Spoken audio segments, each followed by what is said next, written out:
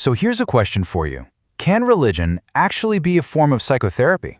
Well, we're looking at a psychiatrist who argues that, yeah, when it's understood correctly, it's one of the most powerful tools we have for our mental well-being. So let's dive into his diagnosis of the human mind and see exactly how faith fits into the picture. Right off the bat, our source, Dr. Hamdi Kalyanchu, gets that this is a sensitive subject. He calls it a cold topic, where, these chilly winds tend to blow. So his whole goal here is to try and warm it up, to bring a psychiatrist's clinical perspective to a conversation that is so often about conflict instead of understanding. All right, so here's how we're going to break down his argument. First, we'll look for the common ground between psychiatry and religion. Then we'll explore what he calls humanity's core needs. After that, we'll get into why he calls religion a double-edged sword, and finally, we'll unpack its role as a kind of first aid kit for the mind before we get to his final, very powerful diagnosis. So let's start with this. What on earth could psychiatry, a modern medical science, and religion, this ancient system of faith, what could they possibly have in common? Well, the answer, according to Dr. Kalyanchu, is actually surprisingly simple. It all centers on one thing. Here's the core idea. Psychiatry, right? It deals with the problems of the mind, its disorders, its functions. Religion, on the other hand, speaks directly to our mind, to our reason and our consciousness. So this shared focus on what he calls akal, the human mind, that's the foundation for his entire argument. And this leads him to a pretty surprising conclusion. If both of these fields are fundamentally working with the human mind, then from his perspective as a psychiatrist, they're not enemies. They're actually, as he puts it, partners, just working on the same essential territory from totally different angles. Okay, so this idea of a partnership then builds into the next key idea, that religion serves this really profound psychological function. Dr. Kalyanchu argues it's not just a set of beliefs we hold, but it's a whole framework that's actually designed to meet our deepest, most fundamental needs as human beings. He points to 5 universal needs that we all have. It starts with the basics, food and water. Then comes our need for safety and security. After that, we all have a need to feel valued and respected. Then comes this huge one, the need to find meaning and just understand our world. And finally, there's that drive for self-actualization, to become the best version of ourselves. And here's the crucial link. Dr. Kalyanchu sees religion as this comprehensive system that actually has an answer for each and every one of those needs. It offers a sense of ultimate security. It affirms a person's intrinsic value. It provides a powerful framework for meaning, and it offers a path to becoming your best self. To really hammer this point home, he brings up this famous line from Dostoevsky. Think about it. If you remove that divine framework for values and meaning, what's left? You're left with a world where, logically, anything goes. And that creates this kind of psychological vacuum, a chaos that the human mind really struggles with. But this is where we get to the most important distinction in his entire analysis. Dr. Kalyanchu argues, really passionately, that not all religion is the same. He says there's a huge, critical difference between a faith that heals and one that does deep harm. He even brings up Karl Marx's famous critique, you've all heard this one, a statement that has pretty much defined the skeptical view of faith for more than a century. It's a really powerful charge, and it's one that Dr. Kalyanchu doesn't just dismiss. Actually, he agrees with it, but only under one very specific condition. And here's the pivot. He says Marx was absolutely right if you're talking about the wrong kind of religion. A distorted faith, one that's used to control people and just numb them to their own suffering, well, that is indeed a kind of opium. So he defines this incorrect religion as a system built on cultural traditions and man-made rules, rather than the original source texts. It becomes a tool for control. And in his clinical view, this is actually psychologically more dangerous than atheism, because it doesn't just create problems, it blocks a person from ever finding a potentially healthier, more authentic faith. Okay, so if that's the problem, what's the solution? Let's flip this around and look at the other side of the coin, the practical therapeutic benefits that Dr. Kalyanchu says come from a correctly understood faith, one that's truly rooted in its source. From this point of view, faith is like a psychological toolkit. A healthy belief system can build your resilience, allowing you to withstand life's storms. It satisfies that deep-seated need we all have for ultimate justice. It offers a form of self-therapy through prayer. It gives you a stable value system, and, maybe most importantly, it protects you against the destructive power of meaninglessness. And hey, he's not alone in thinking this way. Dr. Kalyanchu actually quotes the legendary psychologist Carl Jung, who saw religions as these ancient, really elaborate and time-tested systems of psychotherapy. This just reinforces the idea that these frameworks have been doing therapeutic work for thousands of years. But, and this is a huge but, he always comes back to this one critical condition.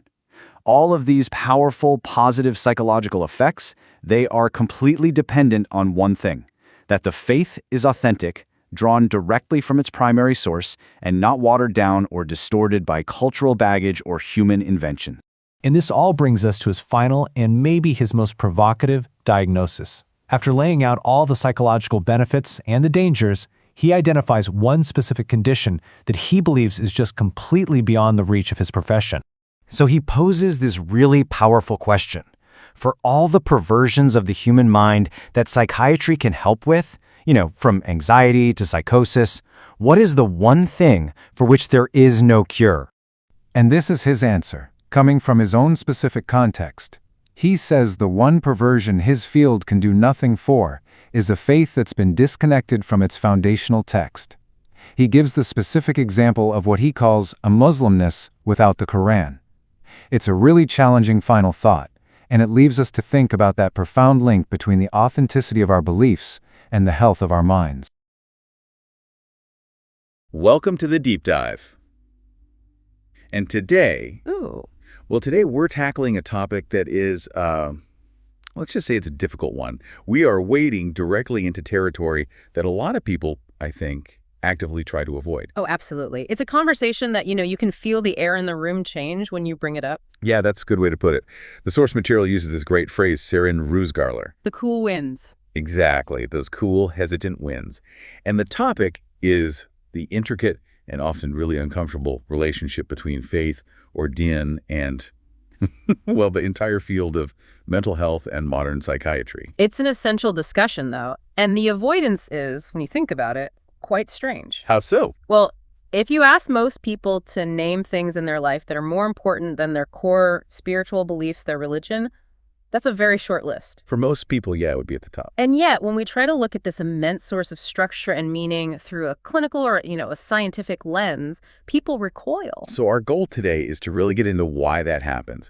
Yes, and more importantly, to look at religion specifically, revealed faith through the rigorous and precise framework of psychiatric health. And to guide us through this, which spans both the spiritual and the clinical, we're drawing on the work of a real pioneer in this blended field, Dr. Hamdi Kalyancu. A fascinating figure. He's really dedicated his entire career to building a bridge between these two worlds. He was born in Trabzon in 1951, graduated from the Faculty of Medicine in 1975, and became a leading psychiatrist. But what really jumps out when you look at his work is the laser-like focus of his research. It really is. His bibliography, it's like a roadmap to the modern mental health crisis, but specifically as it stems from misunderstood faith. He's not just looking at standard clinical disorders. No, not at all. He's going deeper. He's addressing the core psychological damage that's caused by a flawed perception of religion. The titles of his books, they tell the whole story. Let's hear him. Things like Literaire de Punma Psychologie. Which is the psychology of idolizing leaders. Exactly. And then Shirk Psychologie, the psychology of polytheism or idolatry.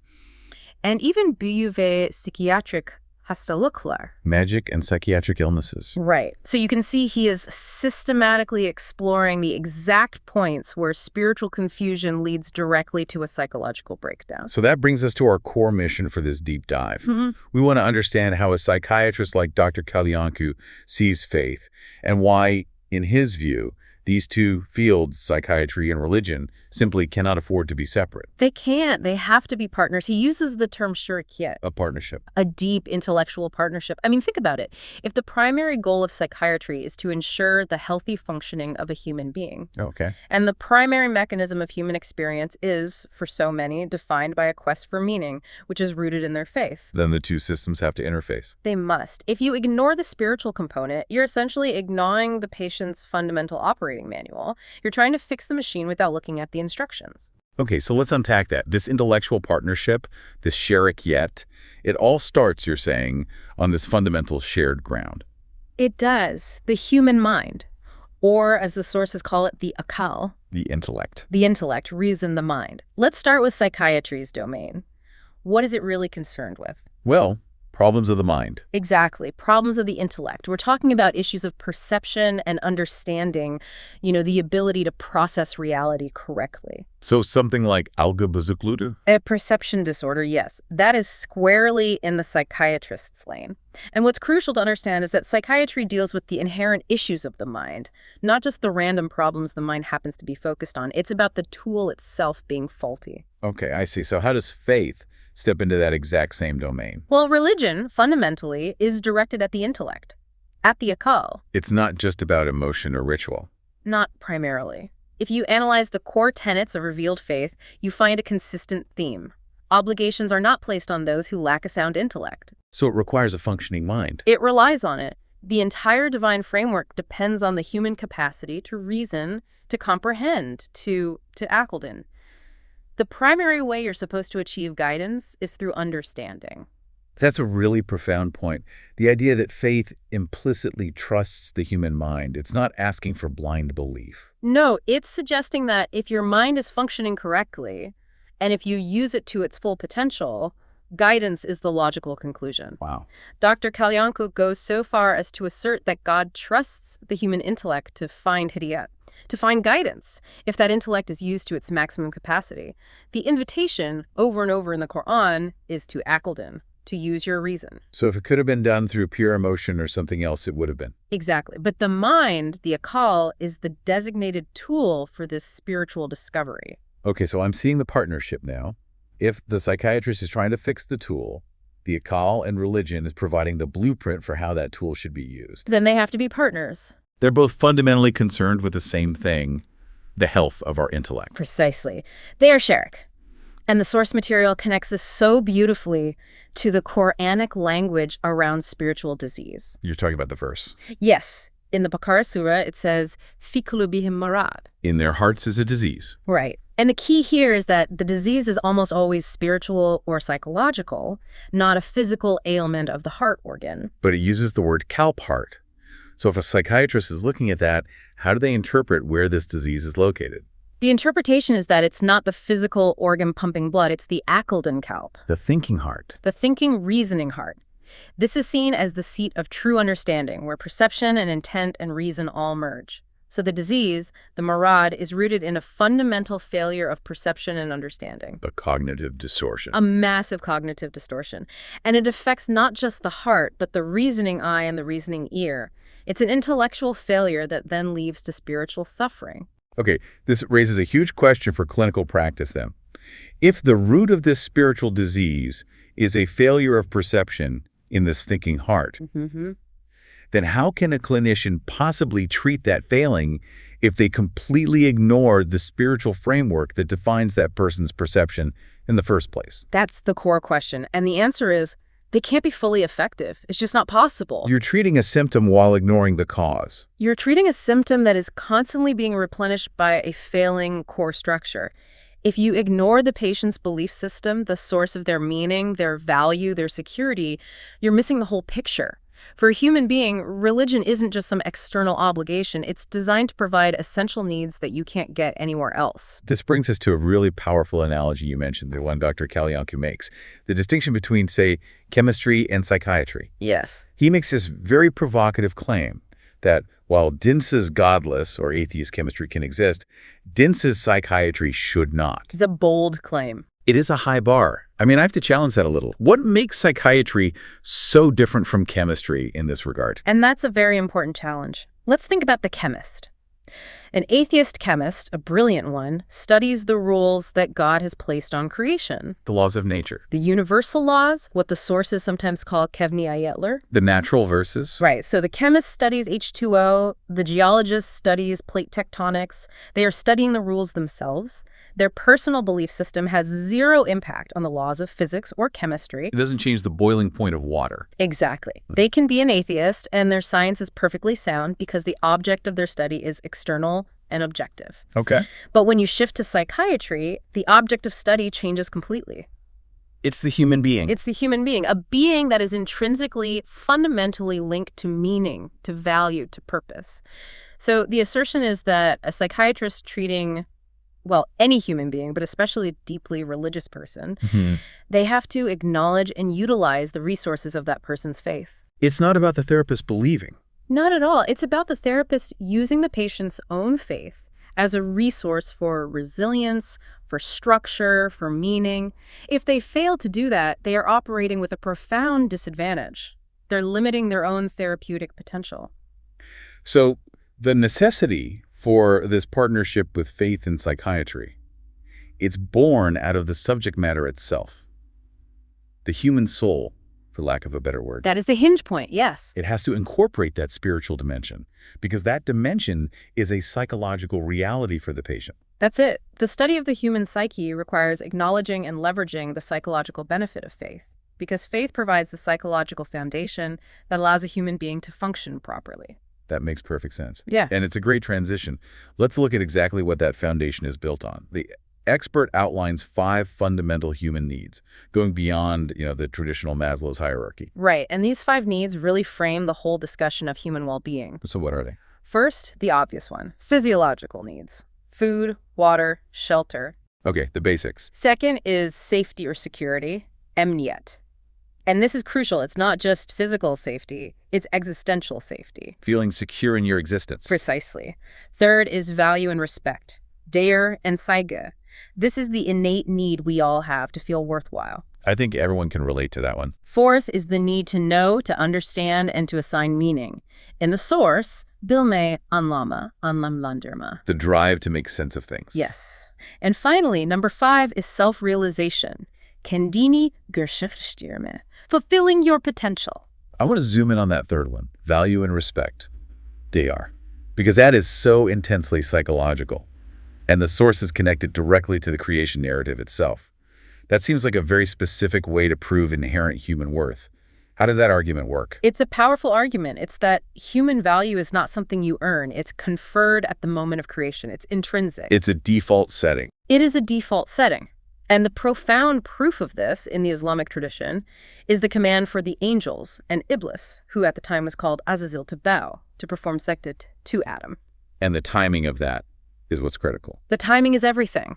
This happened before humanity had done anything, before Adam had built a civilization or written a single book or, conquered Istanbul or fed an orphan. So the value is completely independent of performance, of achievement. Exactly. The human being is inherently valuable simply because of their creation and their intended mission. And this has massive psychological implications. Because it means the purpose of your life isn't to acquire value, but to protect the value you were already given. So what happens when you violate that inherent value? How do you do that? You violate it by willingly surrendering it. The source is very clear on this. You cannot willingly enslave yourself.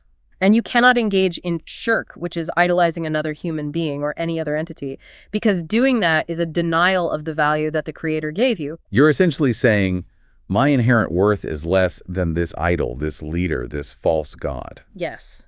Psychologically speaking, idolatry is an act of abdicating your own self-worth. It's a declaration of bankruptcy on your God-given value. So if faith provides the discipline to protect that value, let's look at the societal level. The sources bring in the sociologist Emil Durkheim, who saw religion as, indispensable for social structure. Durkheim was looking at societies from a functional perspective, and he concluded that nothing, no government, no philosophy, no wahhism, offers a greater resource than religion for 3 absolutely vital functions. What were they? 1, disciplining individuals. 2, creating a sense of sharing and solidarity within a community. Cohesion. Exactly. And 3, which is critical for mental health, relieving anxiety and strengthening trust and security among people. These are the psychological pillars of any functioning society. But if you take away that divine structure, we have to create our own values system. And history it's littered with human-made systems that actively deny human value. The source uses the very jarring example of Aristotle. It is jarring, and it's jarring because Aristotle is one of the pillars of Western philosophy, and yet he believed that some people are just inherently born as slaves. Created for servitude. Created for servitude. Right. His human-derived framework created a system where the powerful got to define who had value and who didn't. That structure is inherently psychopathic. It guarantees the psychological destruction of the majority by denying their desire, their worth. And that denial of value is in stark contrast to these historical examples of faith just rapidly eliminating those kinds of hierarchies. It is. The source cites T.W. Arnold's book, The Preaching of Islam. He documents how Islam spread so rapidly in places like India and China, primarily because it abolished the caste system. It established the radical idea of equality between the lowest member of society and the highest.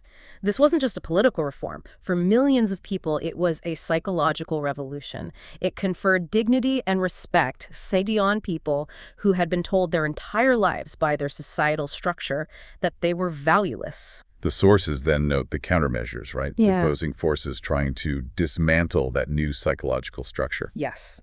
When global powers at the time realized that this faith-based equality was creating stable, resilient societies, they sought to destroy that structure. They did it by eroding the very discipline that Durkheim talked about. Oh. In China, they introduced the drug trade, flooded the country with opium to enslave the populace through addiction.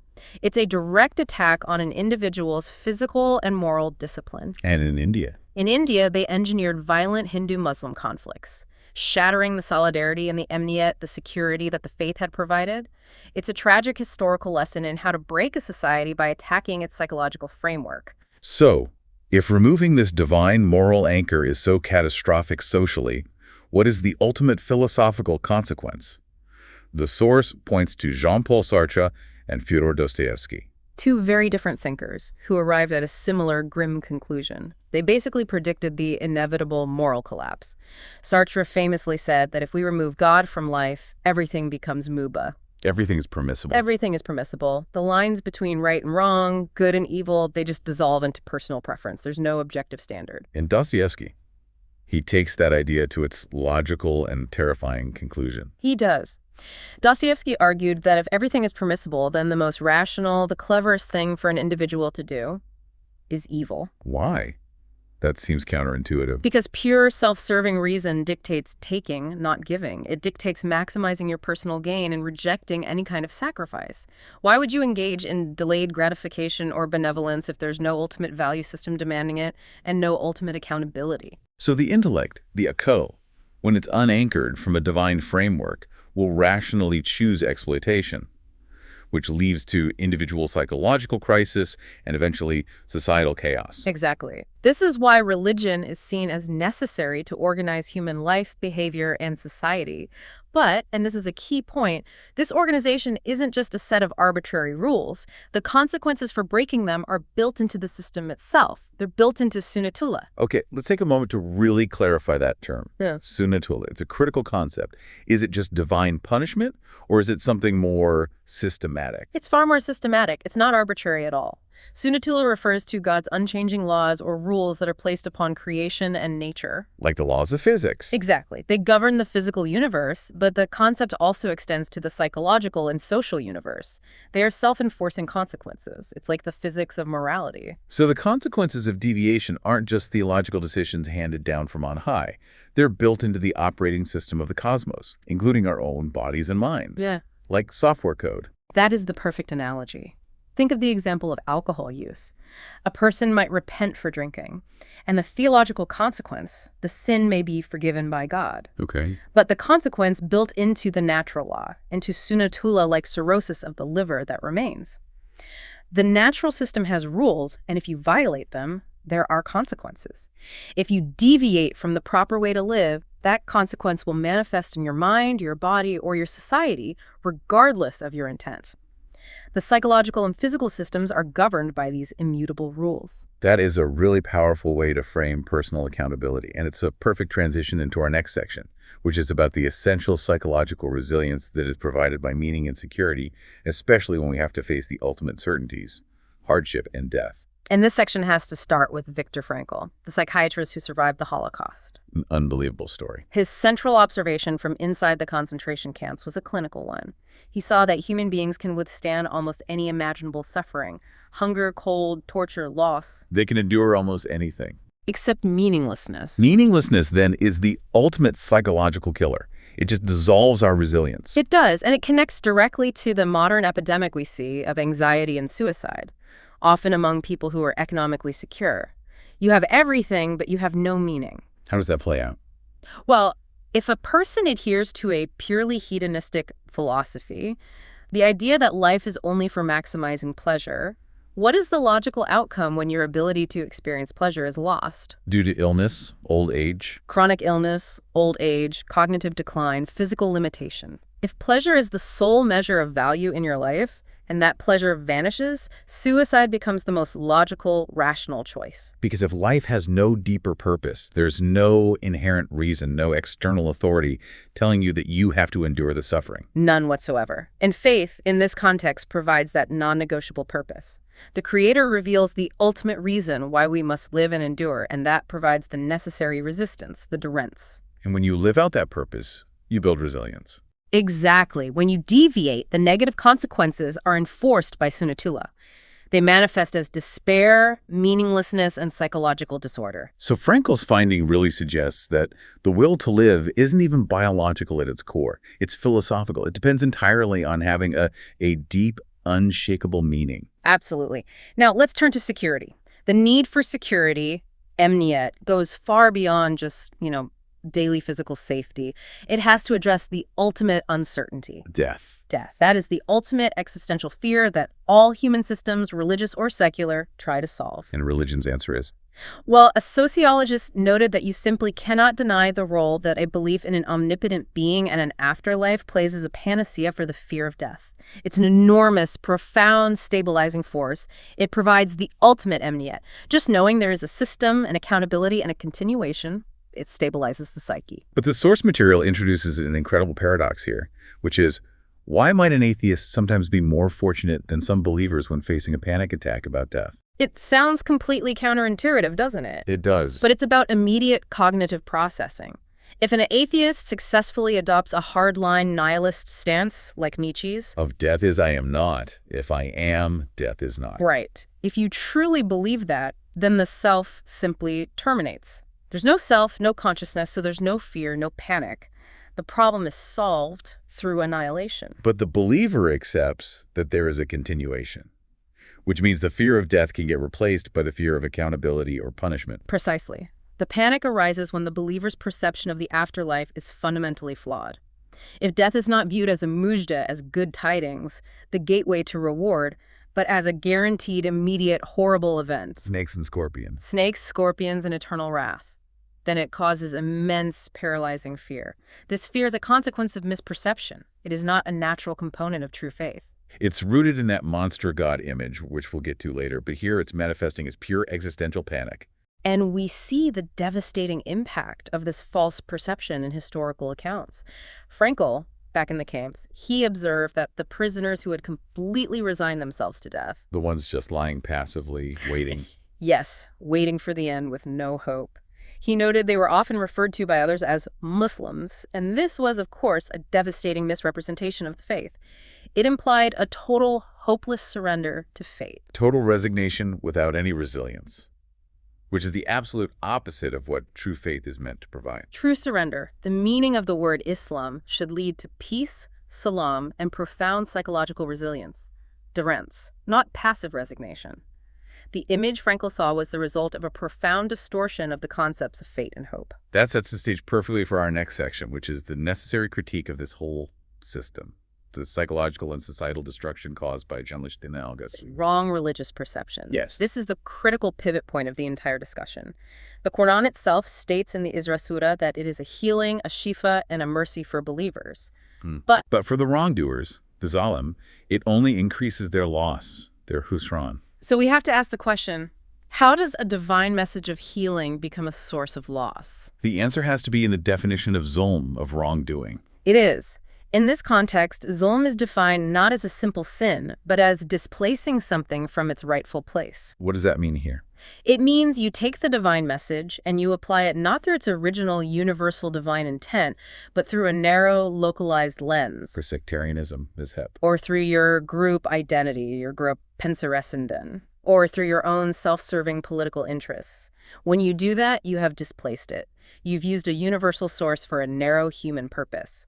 And when that happens, the Quran ceases to be shifa, and it turns into husran, a source of loss, confusion, and psychological conflict. And the scale of this displacement. It's evident in so many of the global crises we see today. The source material uses the contemporary tragedy of places like Syria and Aleppo as a heartbreaking example. The expert argues, very starkly, that the fact that Muslims are destroying fellow Muslims is proof that a true Islam ummati, a true Islamic community, united by core principles, does not exist today in the Quranic sense. It can't. It can't. If the system of value, security, and solidarity outlined by the divine source were actually in place, the situation would be unthinkable. This is the bitter fruit of flawed perception and displacement. This feeds directly into the analysis of one of the most famous critiques of religion ever made. Karl Marx. Religion is the opium of the masses. And Dr. Kalyonski's response is fascinating. He says, yes, Marx is right, with one massive caveat. Which is? If the religion being taught is the wrong religion, the yanlış din, then it absolutely is opium. It acts as a depressant. It numbs the pain without solving the underlying disorder. But then he argues that the wrong religion is actually even more dangerous than opium. Okay, that's where it gets really interesting. How can a belief system be psychologically more dangerous than a narcotic? Because opium, or behavior like the historical Hashashi groups, the assassins, it might limit brain function temporarily. It gives you a temporary psychological escape. Right. But a wrong religious teaching does the exact opposite. It doesn't numb the intellect. It focuses the intellect, the akal, entirely on a false target. It weaponizes the mind in the wrong direction. Precisely. It leads to a lifelong fanatical devotion to a false savior or a corrupt sheikh or a specific political leader instead of to the divine source. The mind isn't limited, it's highly focused, but it's focused on a catastrophic error. And that's what leads to the kind of fanaticism and radicalization we see in things like suicide bombers. The entire psychological machinery is hijacked and dedicated to a false godhead. And this leads to the strongest claim the expert makes. Which is that wrong religion is more dangerous than disbelief. Yeah. Than dinsizlik. Yes. That is a highly provocative claim, especially coming from a psychiatrist who is so steeped in faith. Why is the false believer in a greater psychological danger than the non-believer? Because the non-believer, the atheist, they still retain the chance to find true faith. Their vessel is empty, you could say. They are, hopefully, still intellectually searching. But the believer in a false system? They've lost that chance. Their foundation is already cemented, but it's cemented in error. They are convinced they possess the truth. And this conviction acts as an impenetrable psychological barrier to true guidance. And there's a social cost, too. A huge one. By exhibiting a false, destructive version of the faith, they harm the global perception of true religion. They increase the husran, the loss, for everyone. So a wrong religious perception is like a triple threat. It damages your personal psychology, it guarantees social fracture, and it intellectually blocks your own path to true guidance. It's a complete psychological disaster built on that initial act of displacement. It's turning a source of mercy, meaning, and psychological structure into a system of fear, exploitation, and fanaticism. Okay, let's transition now into the clinical antidote.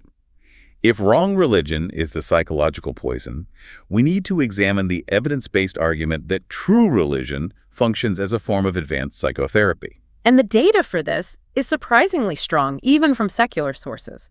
There have been studies conducted across North America and Western countries, more than 1,200 of them. Wow. And they've all concluded that worship and religious practice, ibadat, plays a significantly important role in healing various illnesses, including mental health conditions.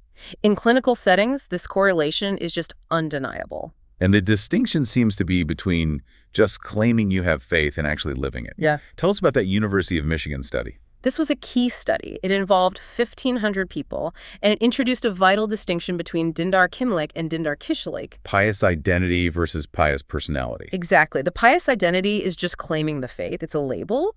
But the pious personality is about actively valuing and integrating that faith into your daily life. And the study found? They found that the pious personality provides a distinct psychological advantage. It acts like a protective shield or medicine against depression and stress. So the benefit isn't passive. It comes from actively integrating the values, the discipline, the structure, the self-therapy into your actual character. That's it. That structural discipline provides the resilience, the duress that you need to face adversity. It's the difference between having the car manual in your glove box and actually knowing how to drive the car. This leads us to a really fascinating piece of evidence from the humanistic psychiatrist Irvin Yalom, who is, it's important to note, openly an atheist. Yes. His clinical observations about the power of belief are maybe the most compelling endorsement you could get from an outsider. Yellum is a world-renowned figure, and he emphasized that his duty as a practitioner required him to approach his patient's belief system with deep empathy. He didn't dismiss it. He realized he had to see the world through their religious window. Sometimes he would even study their faith or work with priests or nuns just to truly understand the source of their psychological pain and, more importantly, their resilience. So he wasn't just acknowledging the belief. He was actively engaging with its psychological intricacies. And his personal reflection on this is stunning. As an atheist, Yellum confessed his astonishment and admiration for what he called the power and resistance of the human need to believe.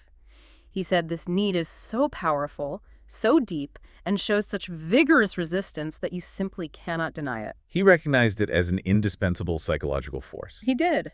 If a clinical atheist is astonished by the innate human strength derived from faith, it really confirms its therapeutic utility. And this kind of clinical validation isn't new. The source material brings in Mazhar Osman Uzman, the founder of the huge Balkarköy psychiatric hospital in Turkey. Yes, and he made a very strong assertion about the necessity of religion for mental health. What did he say? Uzman was unequivocal. He stated that religion is necessary for the health of the mind and provides the strength to resist hardship. But he was careful to clarify that true religion, the system that guides you to Hediyat, to true guidance, never harms the mind. The harm always comes from the deviation. And what was his clinical critique of your religion, of Dinseslik? He argued that Dinseslik is one of the important causes of mental illness. He observed a specific phenomenon in his practice, an increase in psychoses and suicides among highly educated people. Why them specifically? Because when they were faced with life's inevitable difficulties, they lacked the consolation of what he called mutavekuleni katlanmak, What do you mean? patient resignation, the ability to accept hardship with reliance upon a greater power.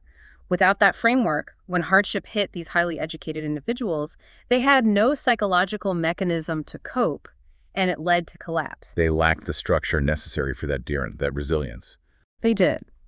And the final and perhaps most powerful clinical endorsement comes from Carl Gustav Jung. He didn't just see religion as helpful, he saw it as a fully integrated, advanced therapeutic system. How did Jung define religion's role? Jung concluded that religions are, in their essence, systems of spiritual treatment or therapy. He even suggested that God could be viewed as the ultimate physician or healer, actively working to address the spiritual and psychological ailments of humanity. So his final conclusion was? That religion can be called the most developed system of psychotherapy available to mankind. If it's the most developed system, it must include a mechanism for self-therapy or autotherapy. The source material really emphasizes the importance of dua, of supplication or prayer in this. Dua is identified as the most effective method of self-therapy. But, and this is important, its effectiveness depends on certain conditions. It's not just about rote recitation. It's about cognitive restructuring and emotional release. So what are those conditions? What transforms a simple utterance into effective psychological therapy? There are 3 critical conditions. First, the prayer has to be open and in your own language. You need to speak clearly and honestly from your heart, engaging your intellect. Okay, that makes sense. Second, it must be clear and understandable. You have to know precisely what internal state you're addressing or what outcome you are seeking. You can't be vague. And the third one, which connects back to shirk and the abdication of value. The third and most important condition is that it must not contain shirk. You must only request from God. The moment you ask an intermediary for help, you are psychologically shifting the burden of sovereignty. You're diminishing your own inherent worth, and you're undermining the self-therapy. So that distinguishes dua as self-therapy from just, ordering the divine around. You're not supposed to be telling God what to do. Destroy the oppressors in Halep. That's dictation, not supplication. Exactly. True therapeutic dua is an act of effort, humility, and submission. It involves doing your part, exerting all your required effort, and then submitting the outcome to the ultimate reality. It's saying, I am trying to do these things, I have exerted my will, please help me with the outcome. It's a profound act of self-empowerment married with surrender, and that is intrinsically curative. This entire discussion, the 5 needs, the clinical validation, the therapeutic power of dua, it all seems to depend entirely on the individual having a correct, healthy perception of the divine. It's the foundation for everything else. So let's move to our final section, where Dr. Kalyanku identifies the root cause of psychological damage in religious teaching, specifically in how children are first introduced to faith. This is perhaps the most sensitive and, frankly, the most damaging area of all. It's the problem of the monster god, the Okutanri. And the biggest mistake, clinically observed, is Its parents, particularly mothers, instilling faith primarily through fear, using phrases like, "Cover your knees, God will burn you in hell," or "God curse you," or even leveraging the father's authority as a form of divine wrath. "Wait till your father gets home, he'll punish you because God saw what you did." you're creating a God who is purely punitive, terrifying, and focused only on wrath.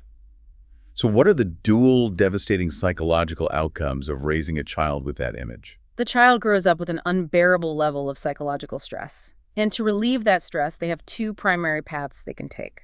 Both are disastrous from the perspective of true faith. So path one is total rejection. Yes, path one is atheism, or inkar. The growing individual simply rejects faith entirely to escape the intense, debilitating fear that was caused by that monster god image. They deny its existence, and they conclude that non-existence is the only path to peace and security, to emniyet. But if they fail to reject the faith, they still have to find an escape from that punitive image. And that leads to path two. Which is shirk. Path two is seeking false saviors, leading to idolatry. In this case, the individual retains that image of God as purely punitive, as a source of wrath, a gaz sahibi, focused only on punishment. And they can't live under that constant terror. No one can. So to escape it, they seek a savior, a charismatic sheikh, a Mahdi figure, a cult leader. This savior is perceived as the one who can protect them from the punishing God they were taught to fear. So the root of this idolatry isn't a misplaced love for the idol. It's an overwhelming, desperate fear of the primary authority figure.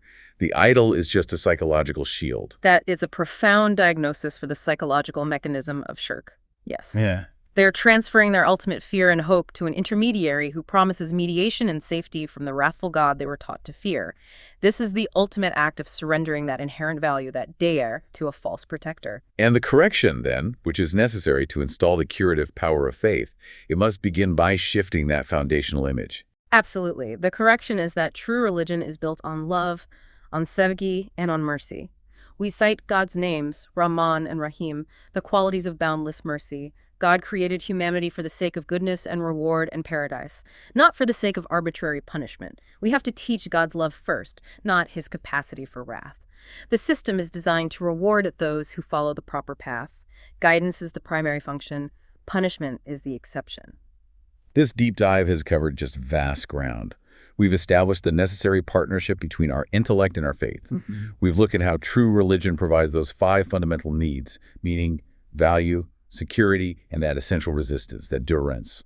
And then we validated its role as the most advanced system of psychotherapy through some really powerful clinical endorsements. And we also identified the immense psychological danger of deviation, the transformation of a source of healing into a source of loss and fanaticism. We have to reaffirm the core conclusion here. Religion is inherently curative. It represents the greatest psychological gift you can receive, Provided. provided it is the correct religion. And that is the crucial distinction we have to end on. It's not the faith that is just practiced culturally, but the faith from the original source. The expert makes a stark distinction. He talks about Inderlanden, which is the revealed religion, versus Oidurlanden, the fabricated or made-up religion. But he actually prefers a different term. What's that? Uterlanden, the religion that is spoon-fed or foisted upon people, the one that's often rooted in that monster god fear. The difference between the revealed path and the foisted path is, psychologically speaking, life and death. It's the difference between a system designed for self-therapy and one that is guaranteed to cause self-destruction. And this brings us to the final, sobering assertion from the psychiatrist. He stated that mental health professionals like him can offer solutions and treatments for nearly all forms of deviation, perversion, psychosis, neurosis, everything they encounter in the clinic. But there is one psychological deviation that he says they cannot cure, and it's a failure of structure that impacts millions. So what is that final provocative thought you want to leave our listener with? He asserts that there is one psychological deviation for which they have no cure, and it is this: the psychological deviation of having Islam without the Quran. The Quran'sız Müslümanlık sapıklığım. Wow. This is the ultimate structural failure. It's where the identity of the faith is maintained, but the foundational source of guidance, of clarity, of Shifa is ignored or replaced by that foisted religion. And it leaves the mind in a structural vacuum, which is guaranteed to cause psychological confusion, social failure, and a total inability to achieve true resilience. That is a profound diagnosis, a structural failure that guarantees internal conflict. It forces you to consider the implications of operating a very complex system without ever consulting its manual. Thank you for helping us explore these vital and complex and profound connections between faith and the human psyche today. Thank you. May we all find the true guidance that brings health to the mind and the heart. We encourage you to reflect deeply on these points and to examine the source of your own psychological structure. We'll see you next time on The Deep Dive. Welcome back to The Critique. This week we're diving into a really deep transcript. It looks at the intersection of religious understanding, both correct and incorrect, with, well, psychiatric well-being. And fundamental human needs. Exactly. And I have to say, the material is it's incredibly strong. The author shows real intellectual courage integrating psychiatric concepts with Islamic principles. So let's just jump right in. Okay, so the core structural idea here seems to be these 5 fundamental human needs. Right. Physiological, security, value, meaning, and self-actualization. And on paper, that's a brilliant way to frame it. It's a superb framework. It gives you an instant roadmap.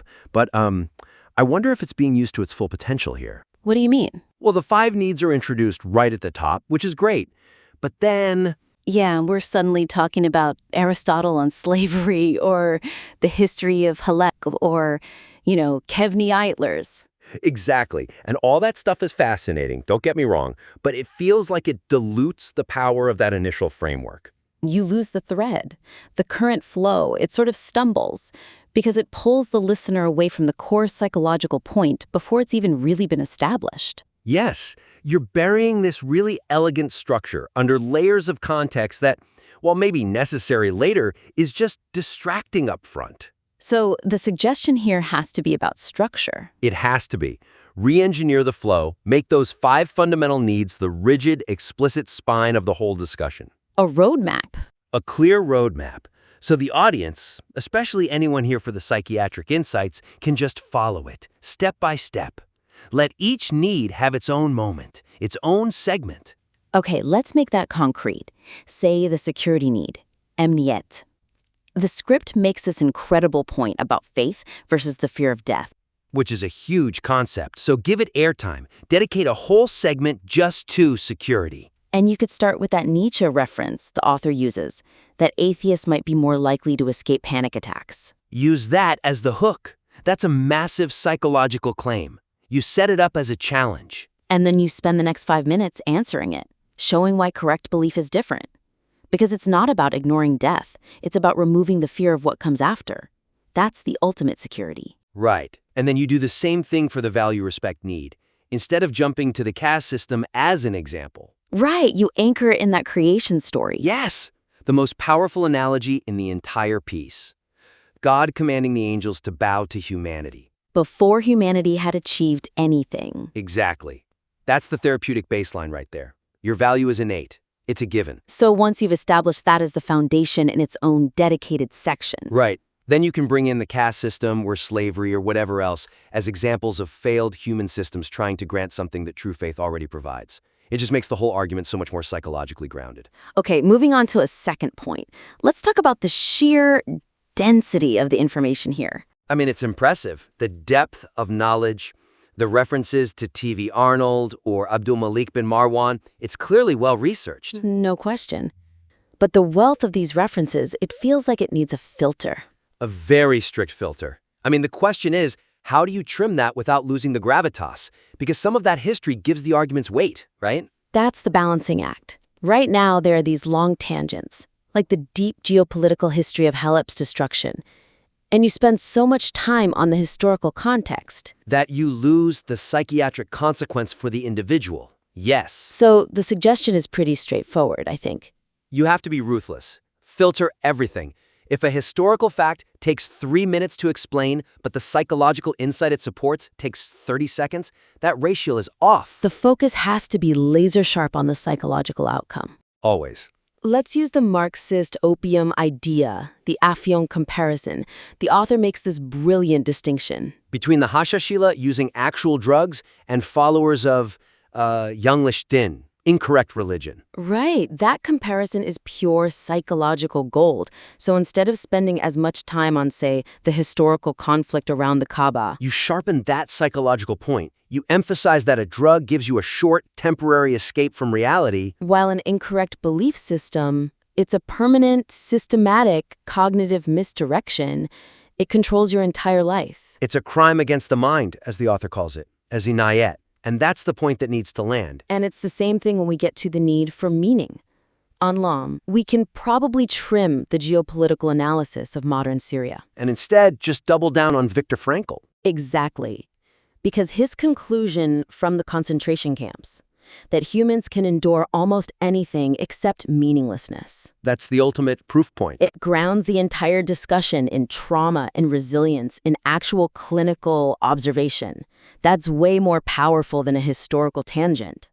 The moment you say Frankl, the stakes become immediately clear. Okay, so if we do those things, use the 5 needs as a spine, and filter the references, it's already going to be so much tighter. So much.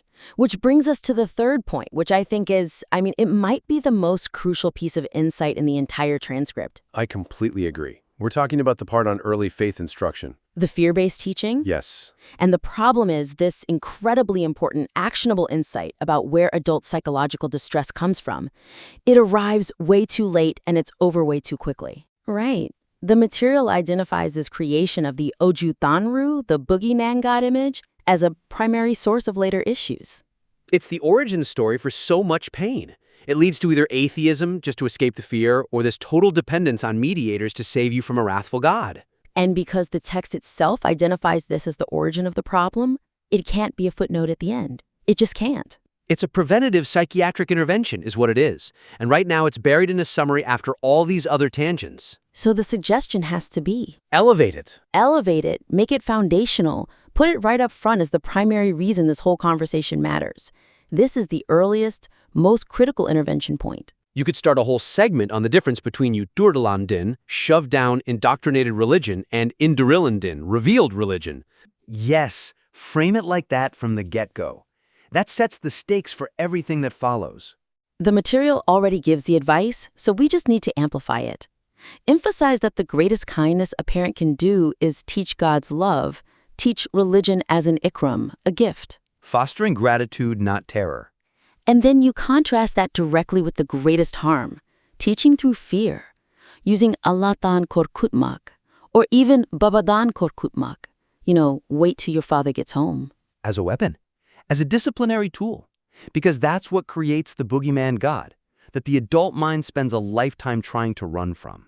When you put it that way, you instantly connect childhood trauma to adult psychopathology. It gives the entire psychiatric angle so much more weight, right from the start. Exactly. It's no longer a side note. It becomes the engine driving the whole discussion. It answers the big question. If true religion is so healthy, why do so many religious people struggle? Because they were raised on the Yutsurulan version, not the Indidalan one. It's such a powerful, original piece of insight. It needs the space to breathe. This has been a really productive critique. So to recap the 3 big opportunities here. Go for it. First, make those 5 fundamental needs the rigid structural guide. Give each one its own dedicated segment so the psychological payoff is undeniable. Second, filter all those historical and sociological references. Be strict. Prioritize the psychological consequence over the historical context every single time. And third, and maybe most importantly, elevate that profound insight about early childhood faith instruction, the boogeyman god. Put it front and center. It's your key preventative psychiatric factor. Look, the material is excellent. It shows real expertise and, frankly, real courage. But its message can be so much more powerful just by streamlining the flow. It's all about making sure the deepest, most actionable insights are given the space and the priority they truly deserve. Exactly. There is tremendous potential here for a piece that is just incredibly compelling and impactful. So challenge yourself to streamline, to tighten, and to refocus. And when you've had a chance to revise, Please submit your work to us again. We'd love to take another look. Welcome to the debate. Today we are diving into a really crucial tension at the heart of psychological health. And it emerges from expert analysis concerning the complex intersection of faith and mental health, psychiatry, psychology. Both of these disciplines, they are deeply concerned with the faculty of akal, or the human mind and reason. So the core question before us is this. Is the greatest psychological danger the collapse of religious structure, or is it the active harm that's done when that very structure is corrupted and, well, weaponized? I'm going to argue that the vacuum that results from an absence of religious grounding, that it poses the most fundamental threat. And I can see why you'd focus on that existential vacuum. It's a powerful force. But I'm coming at it from a different perspective. I will argue that the profound psychological damage that's caused by a corrupted or a distorted religious understanding, what we might call distorted religion, is the real crisis. Things like fear-based theology, authoritarian control, the twisting of core moral ideas. I think that represents the more acute and destructive problem today. The danger isn't just the absence of meaning, but the presence of a toxic meaning. Well, my position really rests on the fact that faith is, I believe, essential because it fulfills these non-negotiable, fundamental human needs that frankly cannot be satisfied otherwise. We're talking about three primary needs here: the need for meaning, the need for value and self-respect, and crucially, the need for psychological security. If these bedrock needs are left unmet, the individual psyche it's predisposed to collapse. I mean, consider the insight of someone like Carl Gustav Jung. He viewed religion as not just some cultural phenomenon, but as a, quote, spiritual treatment system. And when we look at the clinical findings, this perspective really holds up. The psychiatrist Massar Osman Uzman concluded, pretty bluntly actually, that the absence of faith is one of the important causes of mental illnesses. And this is because it strips away that foundation. Viktor Frankl, synthesizing his whole experience during the Holocaust, he famously concluded that humans can endure almost anyhow, as long as they have a why. They can endure anything except meaninglessness. So the collapse of a belief system is the psychological prerequisite for that profound despair, even for suicidal ideation. And beyond that, without the ultimate grounding of a creator, the moral system collapses into this radical relativism, which, leads to the philosophical crisis summarized by Dostoevsky and Sartre. If God is absent, then everything is permissible. This loss of a stable value system isn't just a philosophical game, it's pathologically fragmenting. That is a compelling, high-level argument about the vacuum, I'll grant you that. But I want to press on the practical, the acute damage that's caused by the presence of a corrupted cure. You see, a distorted religious understanding, it actively causes psychological harm. And this is often far more devastating than simple unbelief. Why? Well, because the patient, in this case, often rejects the very possibility of a true remedy, because they believe they are already adhering to the truth.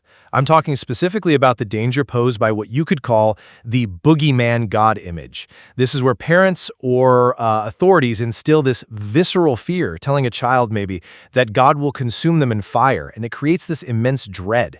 Psychologically, this forces the individual into two disastrous responses. Either they deny God altogether, which results in a sort of reactive atheism, or they become dependent on intermediaries or, intercessors to shield them from this punitive, terrifying deity. Both of these responses are crippling. The first eliminates that possibility of meaning you mentioned, and the second replaces the capacity for a direct, rational faith with dependency and superstition. And sociologically, history shows us that if this distorted religion is enforced, it very quickly becomes an opium used for mass oppression and manipulation.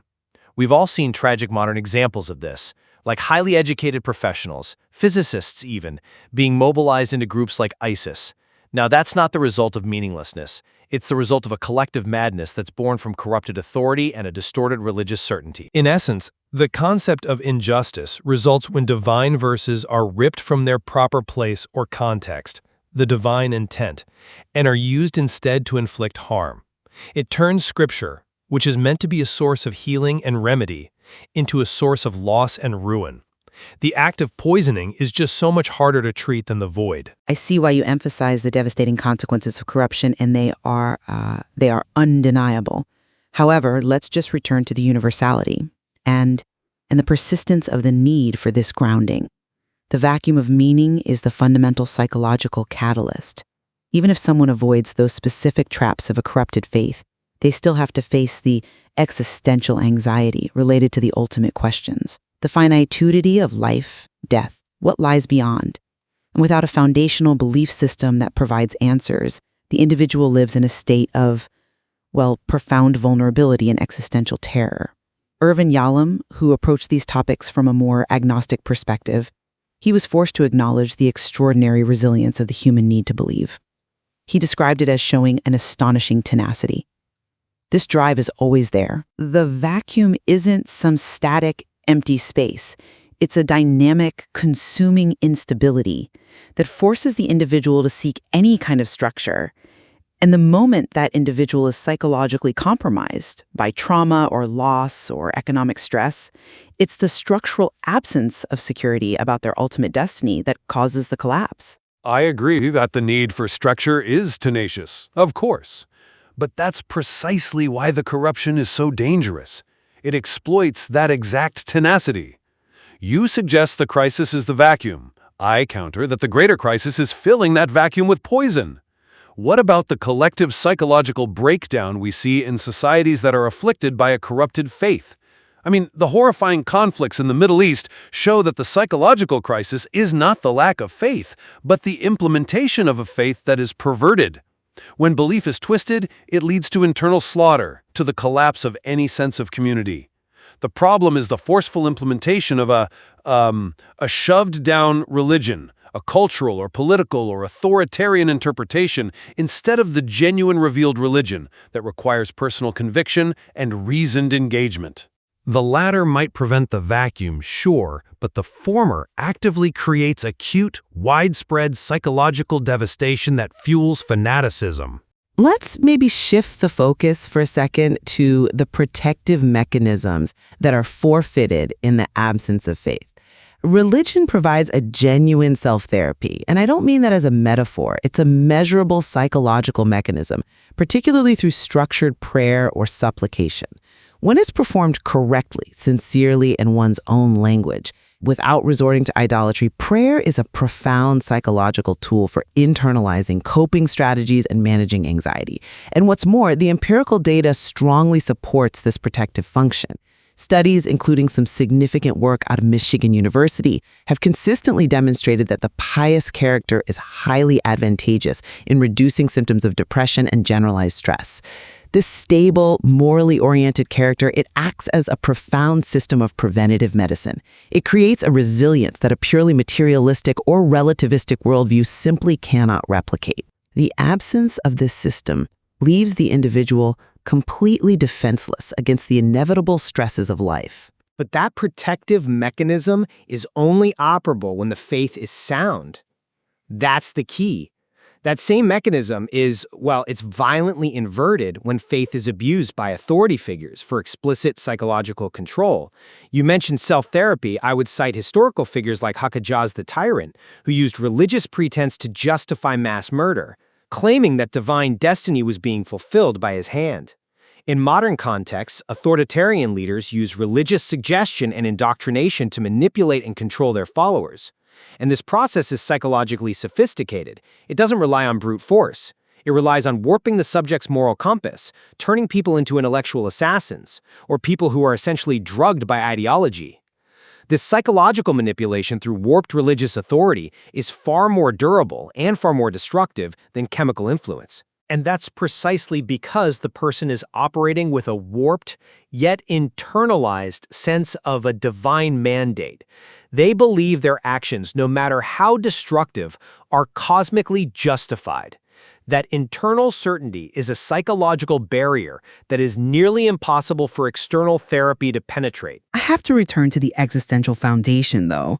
If we accept the premise that the lack of a divine mandate or, God's unchanging order means human behaviors are governed solely by self-interest and evolutionary drives, then the moral framework is destroyed.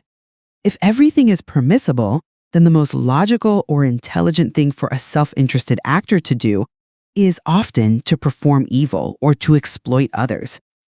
The crisis of meaning leads directly to the profound abandonment of virtues, sacrifice, empathy, helping others, because they're suddenly deemed irrational. The focus turns solely on taking, on maximizing personal gain at the expense of others. And this is both socially corrosive and individually destructive. It results in a sociopathic orientation that's necessary for a sustained psychological breakdown on a societal level. Nihilism, which is the outcome of the absence, is the abandonment of the necessary ethical structure for human society to even function. While nihilism and sociopathy are clearly dangerous results of the void, I think the ultimate, irreversible tragedy is when the remedy itself becomes the poison. The corrosive vacuum you describe, as devastating as it is, at least leaves the individual conscious that they are lost, and thus they are theoretically open to finding meaning somewhere else. The perversion, however, it seals off all avenues for recovery, because the individual is convinced they are already standing on solid ground, already following the mandated path. This brings us to what might be the most extreme psychological state discussed in our source material. The source suggests that recovery is possible for almost all perversions, except for one, the perversion of faith without Scripture. This concept refers to a state where faith is practiced entirely through cultural tradition, or political mandate, or just authoritative interpretation, effectively bypassing the foundational source text and the intellect required to engage with it. The individual believes they are following truth, yet their understanding is actively driving them to harm. This is the ultimate psychological trap. It makes external therapeutic intervention nearly impossible, because their disease is dressed up as their ultimate virtue. This active destruction of reason under the guise of piety is, in my view, the most acute crisis we face at the intersection of faith and the mind. While the abuse and corruption of faith are profoundly serious, and they demand constant intellectual vigilance, I still hold that the foundational necessity of a structured faith in providing meaning, a stable moral compass, and psychological resilience, it just cannot be overstated. When humans lack these core structures, that deep, resilient need for understanding and security against mortality, they become susceptible to existential collapse and a radical moral relativism. The absence creates the psychological vulnerability that allows all other forms of illness, including the susceptibility to cults and corruption, to take root. And I maintain that the structural mechanisms of belief are powerful precisely because they tap into those fundamental human needs. But that power is exactly what makes their corruption so devastating. The distorted religion actively creates a dangerous, fear-based psychological state, the Boogeyman God, and the political justification of tyranny. And this is exponentially harder for any form of psychiatry to address, because the source of their profound illness is something they've been conditioned to worship as their cure. It seems we converge on the critical necessity of a correct religion, one that honors both the heart and the mind. Absolutely. Both the avoidance of the vacuum and the avoidance of the corruption, they demand the continued, rigorous use of Occam reasoning and intellectual honesty in approaching faith. The study of this critical intersection demands a deep, ongoing engagement to ensure that belief ultimately serves as a source of healing and not of loss. We're diving into Dr. Hamdi Kalyanchu's fascinating take on religion and mental health. The link might surprise you. Let's start with the big one. What on earth does psychiatry have to do with religion? Well, Dr. Kalyanchu's take is a real shocker. He says they're not rivals, but partners. And their common ground? It's the mind, or akıl. Religion speaks to it, psychiatry works on it. To really get this partnership, let's look at what makes us tick, our basic psychological needs. He points to 5 core needs. It starts with safety and goes all the way to finding purpose. Sociologist Emil Durkheim even said it. Religion is uniquely powerful for building that sense of security. But this is where it gets crucial. Not all religion is the same. It's like a fork in the road. The Quran itself makes this distinction. It says it's a healing for believers, but ruin for wrongdoers. This idea of a harmful religion, it probably sounds familiar. It brings Karl Marx to mind, right? Now, Dr. Kalyonko says Marx was right, but only about a distorted faith that acts like a drug. A healthy faith, though, it does the complete opposite. It gives you real tools for well-being, like resilience. It even provides a kind of self-therapy, or autotherapy. Prayer becomes a way to heal yourself. But a faith based on fear? That's a different story. It pushes people down two pretty unhealthy paths. You know, even the great psychologist Carl Jung called religions the most developed systems of psychotherapy. Which brings Dr. Kalyonko to a pretty stark claim. A wrong religion is actually more dangerous than none. And this leads to his most provocative point. What's the one perversion that psychiatry is helpless against? His answer is startling. It's the perversion of being a Muslim without the Quran.